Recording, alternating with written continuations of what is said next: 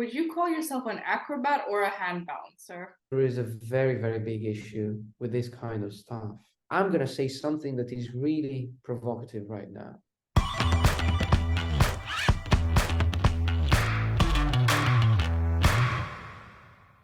Welcome to the podcast, Sami. Seems like I can't hear you. Oh, you can't? I can hear you. Oh, excellent. You So, see me like that? what? Are you surprised to see me like that with a tie? Yeah, I am, but I appreciate the sophisticated look. But Well, anyways, oh, welcome to the Pull with Lulu podcast, where we're mostly discussing fitness, health, and calisthenics. But without further ado, we can get into the interview questions. So, very good. first question, who are you? What do you do? And tell us a bit about your background and give us an introduction. Sure. My name is Sami. I live in Amsterdam right now. I have a full-time job in a corporate and I'm a hand balancer. I perform, I teach sometimes, and I train. I train a lot. So when my day is over at the office, I go back home and I train. I spend my time either in the gym or home doing my flexibility, my handstands. I take classes, dance as well. And my background, well, my background is very different to than hand balancing itself. I was a boxer back in the years, and some time ago, I discovered hand balancing. I fell in love with this discipline, and here I am. So, would you call yourself an acrobat or a hand balancer? Or what? I'm a hand balancer. I do some acrobatics, but just basic stuff because for some performances, we are required to perform in duo or trio.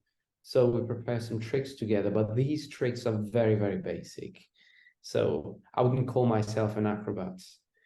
We could say that I do floor acrobatics, but yeah, I mean, like the right term is hand balancing and contortion, maybe. I'm actually really impressed that you have both a corporate job and you're a hand balancer. Because when I looked at your Instagram, I was thinking that, yeah, you're definitely like a full-time acrobat or hand balancer. But wow, you do like both. So quite It's impressed. because I don't have any friends.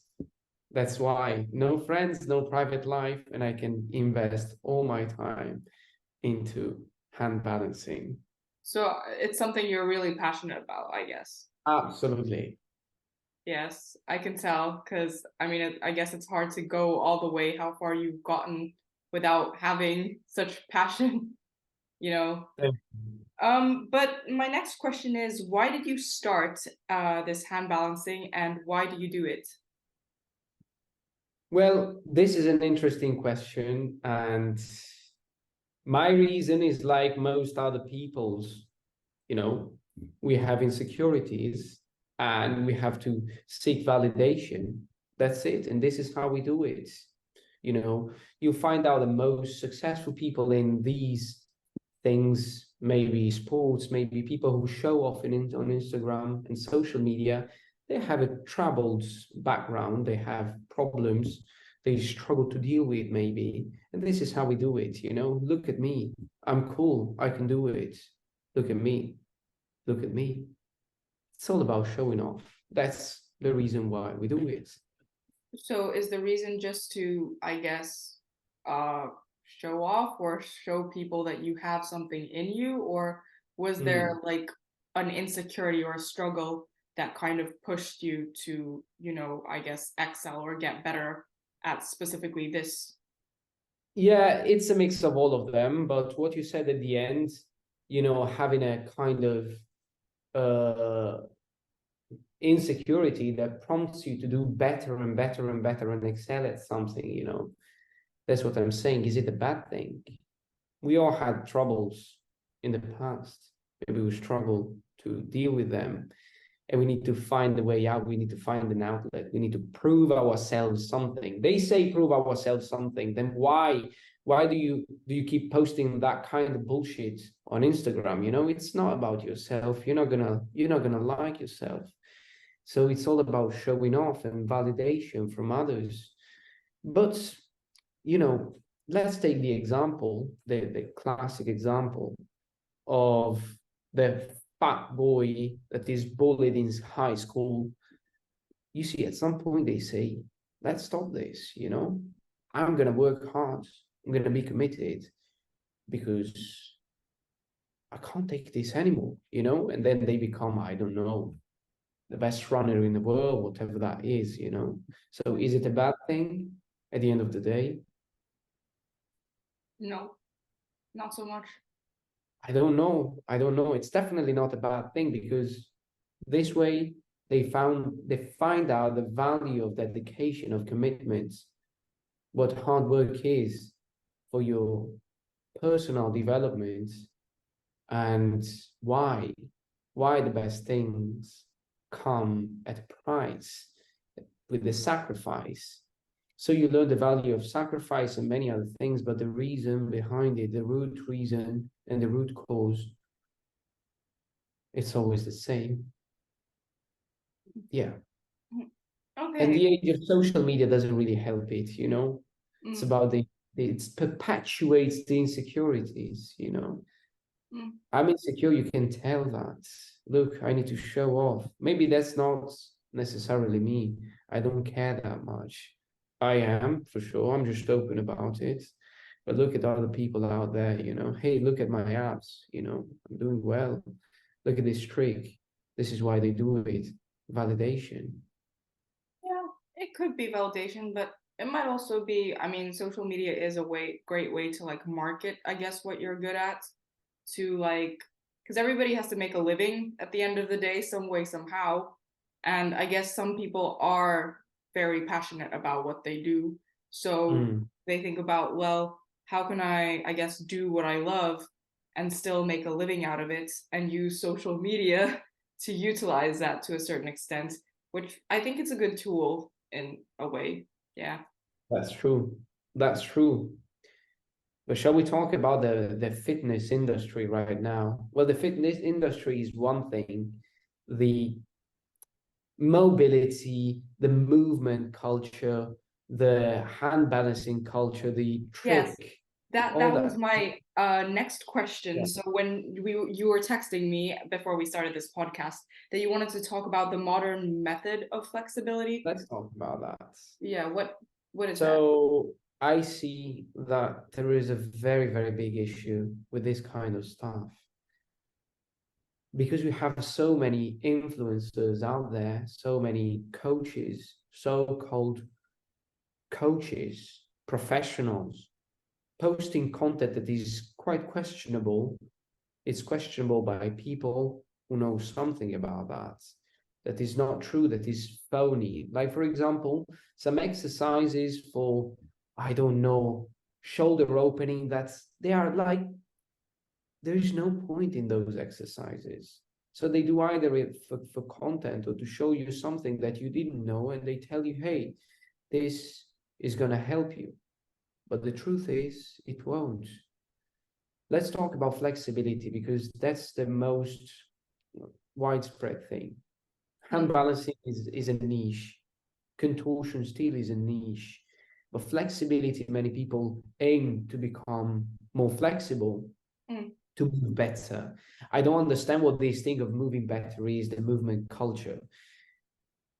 For example, if you want to be more flexible, you need to do exercises that will evolve, that will enable you to evolve. If you do lizard walks, you're not going to get the splits. You're not going to do anything with them. What do you want to burn calories? Just run. Do you want to work on external rotation? There are some other exercises, not laser walks. You can't combine things. You can't find innovative ways. You're not going to achieve middle splits by, I don't know. I've seen so many crazy things on social media lately. mm.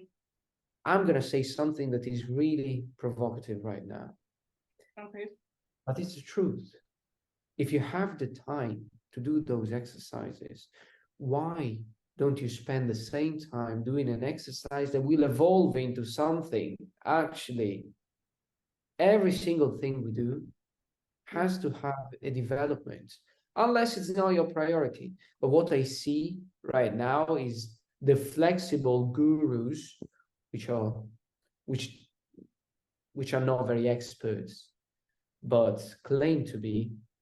They come up with some exercises, they promote some exercises that are performed just for the sake of it, just Mm. for the sake of it.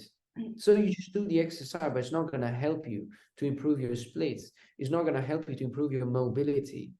So you need to have a plan and you need to be honest with yourself. Because I do talk with them, I tell them when they, for example, post a story like, hey, my pancake is still there. Hey, I'm maintaining it. I'm not training it that much. I want to tell you something. If you've been in flexibility for a few years and your pancake is not easy, you can't touch with the belly the floor yet, or you struggle to do it, you have failed because that's inherently your priority. And your priority is to make it more simple for yourself. And this is it's not really down to genetics, especially this one and many others. You have failed because you keep doing the same exercises over and over and over and over, just because you're used to it, because you don't feel comfortable unless you do your program. And I have it, I'm the same, but I'm challenging myself every day. I have coaches. So let me ask you a question. What is consistency to you? What do you think consistency is? Doing, I guess, the same thing more than once, like all the time, or as much as you can over a long period of time, so Yeah, that you eventually get, I guess, an exponential, result. you need to get an exponential result. Otherwise, it's not consistency. If it's not exponential, it's not consistent.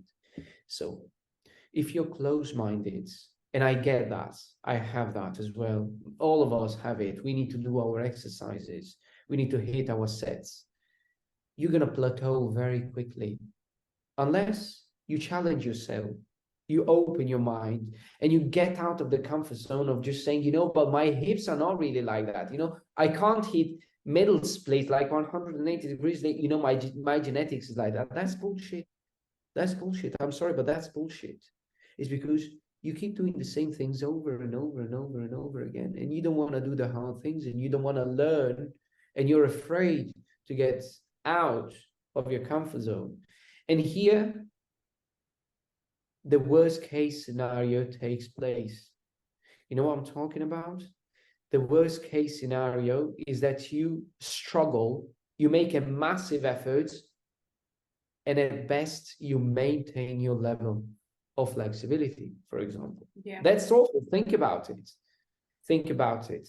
You spend months and months and even years and you do the same things, but still it's so difficult. You still hate pancake. You hate doing the middle splits because they're difficult. But I Mm. don't get it. You've been in the game for years. How can it be still difficult? Mm. It's because we don't wanna be out there and learn. We don't want to be there, try out. And especially there is one prerequisite for progress, and this is being humble. I try to talk to people, to coaches out there. Yeah. Hey, but it's not supposed to be difficult. How are you finding it? Yeah, yeah, yeah. They bullshit me. I try to tell them, if you do the right exercises, I have seen it myself. But I see that people, especially when they coach, for some reason, they are not very accepting of advice. They are absolutely not willing to listen to something else. This is a this is a big wall. You will not overcome your obstacles. You will not progress unless you're humble and you say, you know what, please help me. Yeah. It's true. I also think it's very like I think it's unethical if you are, say, you have a big platform and you are a coach, and you say you market things that like, oh, it will improve your flexibility, even though it's just simple exercises, because you know in the back of your head that people don't like pain, you know? For example, it's easier to, sell a course or something where you're, especially if you have a platform for it or you're well known for something, and market it and say, oh, this will increase your flexibility, when it's very easy. So people will, enjoy it because they don't feel the pain, they don't feel the strain. But then again, it also depends on what your, I guess, clients or people who come to you, what kind of goals do they have in their head? Do they just want to be, okay, I just want to be healthy, I just want to live a simple lifestyle, just gain some mobility so that I can improve, say, the quality of the way I move, my joints and all that? That's completely fine. But if somebody comes to you and says that, hey, I have a competition coming up and I want to, you know, I'm looking for a course that can put me to my maximum ability of flexibility so I can excel at this competition, and then they see a bullshit course and and buy it, and then they don't like actually get the results they want, I think that is very unethical. And I think that coaches should be more open to advice, even though I guess they feel like they've done this so many years. But I think it's good to take in like what other people have to say in order to improve your ways of teaching and technique. Yeah. Yeah, but it's all unethical. There's nothing ethical in this industry. It's all down to the way you can market yourself. And this is so sad. This is very, very sad. This is what I'm saying. I keep telling my friends, guys, pick a coach that you trust Mm. and go with them. You know, I am taking 3 times a class, 3 private classes a week from my circus artist teacher, professional hand balancer. Mm. And he makes me do so many exercises that I really don't understand. Like, why do we do them? And then he explains, he takes the time to explain, but he's a person I trust. I wouldn't do it otherwise. None of us would be doing that otherwise. But we have to be honest with ourselves. What do I have to do realistically in order to progress? If you keep doing the same things, what's going to happen? We have to be honest with ourselves, and most people are not. Most people either lie to themselves or just, I don't know. I don't know. It takes it takes an effort to get out of your comfort zone. It takes an effort to be willing to listen to someone else out there. But I know exactly, I've been part of this game for many years right now. And I see when coaches out there do some strange exercises that look professional, but they're not. They will lead you to nowhere, literally nowhere. They just do it for content. It's a scam. It's unethical. It's Yeah. not okay. But I don't want to. I have many people who don't like me already. I don't want to. It's not my responsibility to get out and tell them why do you do that. So I'll give you an example. I see so many exercises for the shoulders, that are so strange and so complex to perform. But if you want to do the most complicated skill, which is to display the range of mobility in your shoulders, that is the Mexican handstand, which is something I have learned myself with the help of my teachers. What you have to do is very simple. It is really simple. You have to stretch the shoulders and you have to strengthen them in active range. You don't have to do strange and difficult exercises. The Mm. exercises are difficult, but they are not, it's not rocket science. It's not rocket science. It's really not rocket science. Mm. Well, my next question would be like, since there's a lot of controversy, I guess, in the field of mobility and flexibility and contortion, as well as gymnastics, of how much, I guess, individuals should stretch and what is a healthy way, I guess, to stretch. I think this is more for like the everyday person, not somebody who is, I guess, aiming for being like an Olympic medalist gymnast. But what are some good, healthy ways to improve flexibility in the long term? So I guess exercises that don't cause that much wear and tear on your joints or body. Okay, so if you want to be healthy, just don't do that. Do we really need to stretch? Maybe a little bit. Is it really healthy? How much? This is your body is not meant to do middle splits. Your body is not meant to do a Mexican handstand. Your body is not meant to be upside down. So if you really want to be healthy, yeah, you can do some mild stretching. Doing more than that is not gonna get you anywhere. If you want to achieve some very good level to perform in shows, for example, or to be an athlete, that's another thing. But the result itself is not healthy. You shouldn't be willing to do that if you aim to have a healthy life. And also these things, they come at a very high cost, time and efforts. They most of the time become obsessions, and it's never healthy if it's an obsession, even if it's healthy itself. So this is not only this is not healthy on a physical level, but also on a mental level. We don't talk about this enough. We really don't talk about this enough. But on social media, it's all about achieving the goals. What's the point of the goal if we are all obsessed? What's the point? Let's be honest about it. You won't find people out there who are as honest and open as I am. We have a passion, but this passion, the border between passion and obsession is very blurred. So we like it, but at the same time, if we can't do it, if you can't train, how do you feel? You know, that's the thing. Most of us feel lost. I can't take rest days. Maybe they are good for me, maybe, but they feel awful. I feel like I feel terrible if I take them. Shall we not say that this is a problem? I don't like the prospect of going on holiday if I can't train. Is this healthy? No, it's not healthy. So before the physical health, there is another component, which is the mental health.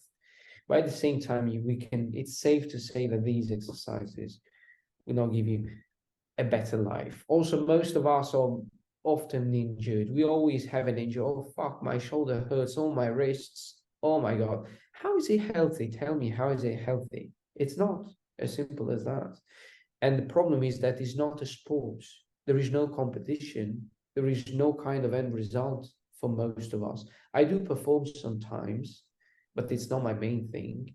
And that's still something. But if you put it in a perspective of competition, then you're going to say, look, I worked my ass off and eventually I even won. I got second, I got third. I don't know. I participated in the world tournament or in the regional tournament, whatever that is.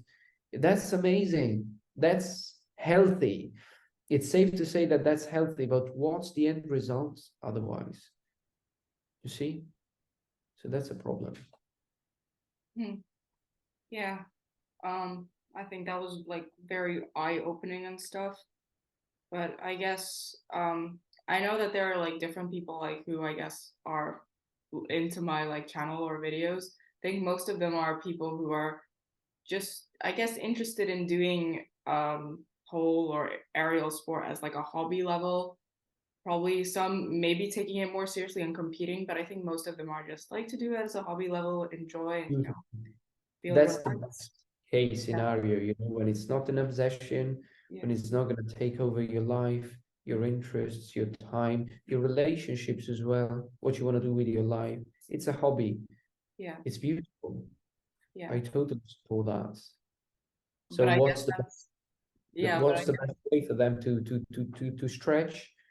Well, in order to do aerial stuff, you need to be able to do the splits, I guess, and quite a few other tricks. So for sure, the basic exercises are most often the most effective. So it's not rocket science. okay. The people who follow you should really know that it's not rocket science, unless it's a very complicated skill. It's not rocket science. Yeah, it's not. But like you said like I guess some basic stretches. How long should you hold them for in order to actually improve? Very good. So stretching is very similar to any other training you do at the gym. For example, when you hit chest, you do bench press, you do 4 sets, 5 sets, or 6 sets of a certain amount. That's the same with stretching. So if you want to stretch your adductors, you want to do at least 3 or 4 sets, and that's individual what you can do and how long. But I would always recommend to use the minutes as a good unit of measure, where you start a little bit mild in the first 15 seconds, then you increase, and then the last 15 seconds you challenge yourself. I like to think of it that way. I think that's the best way to approach it. But always leave stretching as if it was another kind of training at the gym. So how long? It's not really how long, it's how many sets, you Hmm. see? And if we put it in this perspective, to do a complete session of stretching, it takes a long time. Unless for an advanced person, it's an hour, over 1 hour. Otherwise, it can be easy. You can stretch very well, easily everything in 15 to 20 minutes. It's Hmm. not that complicated. If we want to target the splits for a person who can't do the splits yet, well, I would say to that takes at least around 30 minutes. 30 minutes. So you do for each muscle group at least 2 exercises and 2 sets each. And then never skip active flexibility.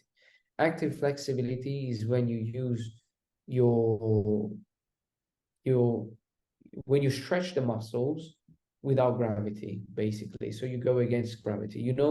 Ballet dancers, the exercises they do, that's active flexibility. Always do that at the end. I really think it's important. If you don't do it, you're gonna feel sore, first of all. And secondly, you're gonna how can I say that? You will kind of make it make progress quicker. You're gonna cement it, basically. Hmm. You're gonna cement the range.